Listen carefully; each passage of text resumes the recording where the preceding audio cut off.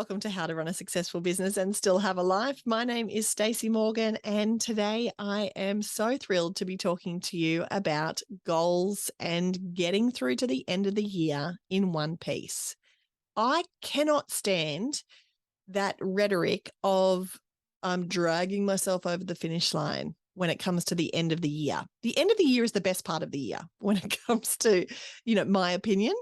At the end of the year, we have celebrations, we have graduations, we have Christmas parties, we have get-togethers, we see people we haven't seen, all year or perhaps for a couple of years. It's that time of getting together. It's a time for reunion. It's the best.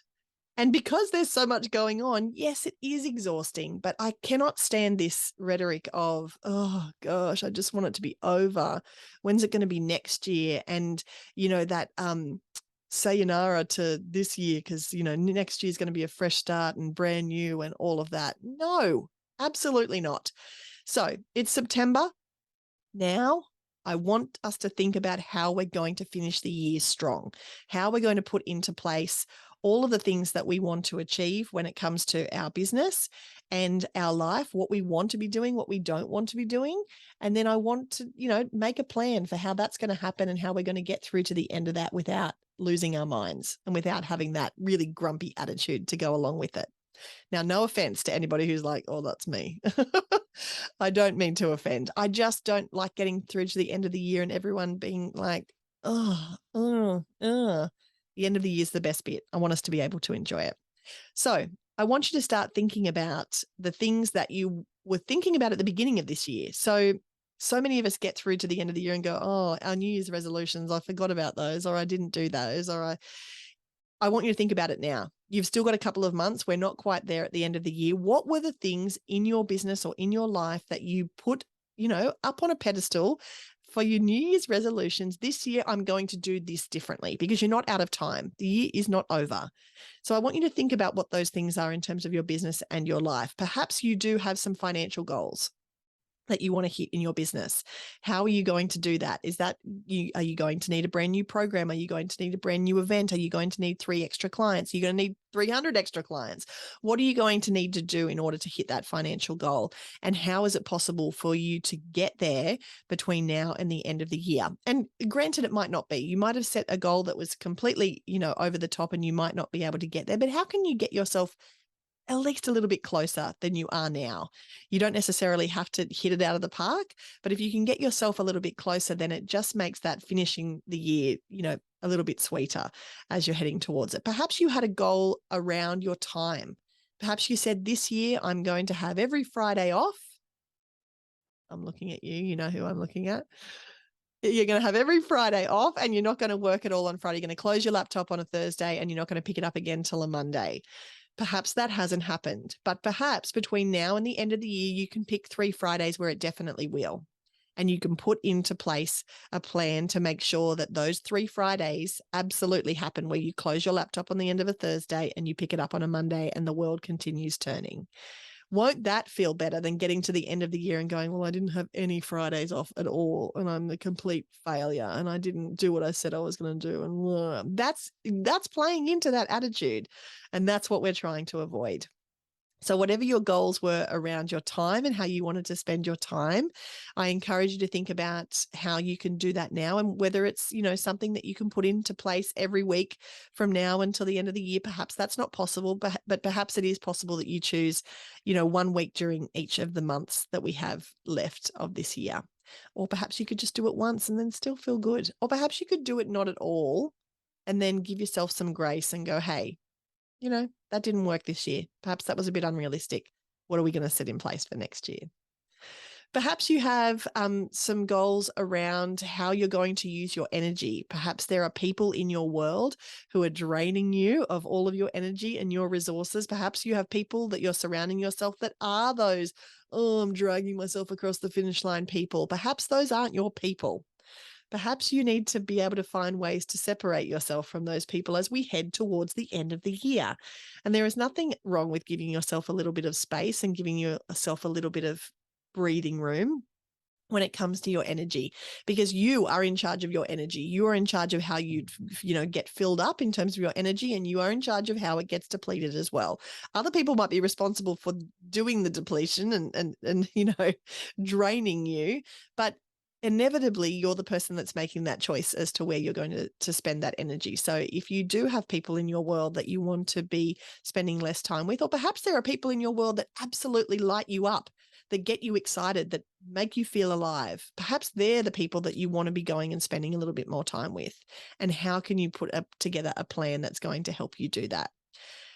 So thinking about money goals, thinking about time goals, thinking about energy goals, thinking about the things that we were thinking about at the beginning of the year, that's a really good place to start. What did we have in mind?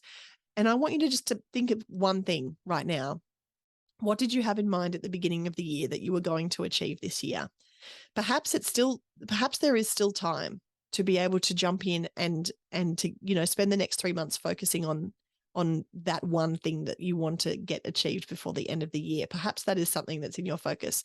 Or perhaps you want to set yourself a brand new goal. Perhaps the year has gone in a really different direction to where you thought it was going to in the early days. And so what do you want to do differently between now and the end of the year to get you across that finish line?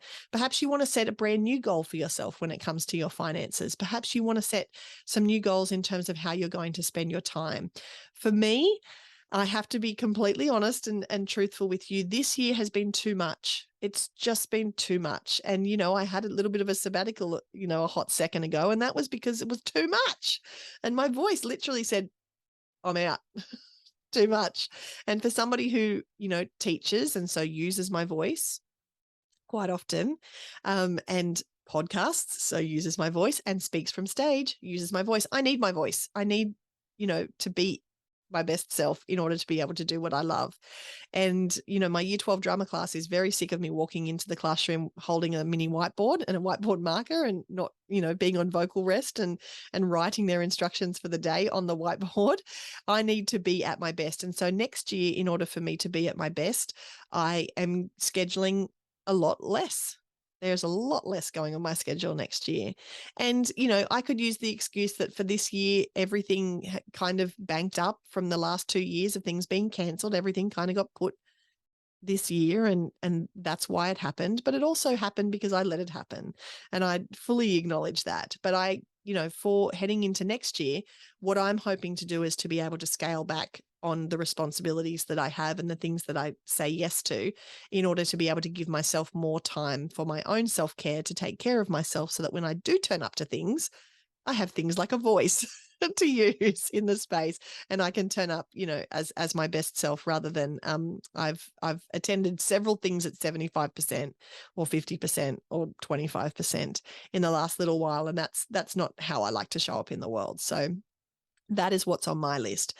But what I'm thinking, because that's my plan for next year, and that's how I want to turn up differently. But it's September and we're heading towards the end of the year. So I'm actively thinking about, okay, what changes can I make now that are going to help me go smoothly through to the next year? So it's not like I'm just doing, a million things, and then stop and the new year happens. It's going to be a bit more of a gradual kind of progression. So I'm thinking about the things for me for next year that I can pare back on, but also what does the next 3 months look like for me in order to be able to do a little bit less and then be able to spend a little bit more time doing the things that are really important to me.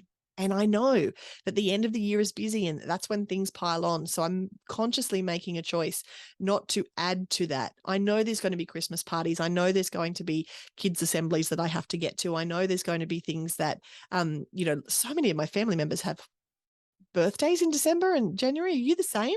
Like the amount of birthday celebrations that kick up, after November finishes is just crazy. So I know that stuff is coming. So what can I pare back on now that's going to give me the breathing space that I need to be able to get through to the end of that, still in a good mood and still happy and being a delight for the people that I'm around, rather than the opposite of that. So have a think about whatever that goal is for you. And it might be different to mine, and it's probably different to mine, but whatever that goal is for you that you perhaps want to put into play for next year, how can you start now to finish this year strong in heading in the direction of being able to really go full throttle into the next year with that goal at the forefront of your mind, because it's a really powerful time to be able to do that. So that is my wish for you, that you are thinking about these goals, that you are thinking about things that you would like to achieve moving into the end of the year, and that you are going to finish the end of the year enthusiastic about the potential of the future, enthusiastic about the time that you have spent, with energy that you can spend on all of the time, the friends and the family and the fun times that that are going to happen over that Christmas period. I want you to be able to really finish this year strong and really have the energy that you need to be able to go into that period, not feeling like you're dragging yourself over the finish line. I would love to hear what your goals are. Please let me know if you're happy to share. You can send me a DM on Instagram, or you can hit me up at hello@simplystacymorgan.com. If you would like some help, if you're thinking goals, I don't know, then please get in touch. Go to Simply You and I on simplystacymorgan.com. Book in some time. We'll sit down together. We'll do some brainstorming. I'll help kind of unpack the things that are buzzing around in your head that's making you feel overwhelmed. We can unpack those things and get down to the things that really matter to you, and then figure out some goals that are based around those to make sure that you are in a really good position heading through to the end of the year and then into 2023 as well. And of course, whatever you're doing in terms of your goals and planning, if you need some help, please reach out. I love this beautiful community that we are growing and developing, and I would love to stay in touch with the things that you want to get out of your life, and the ways in which I can help assist you to run a successful business and still have a life. Thanks so much for listening, and I'll talk to you next week.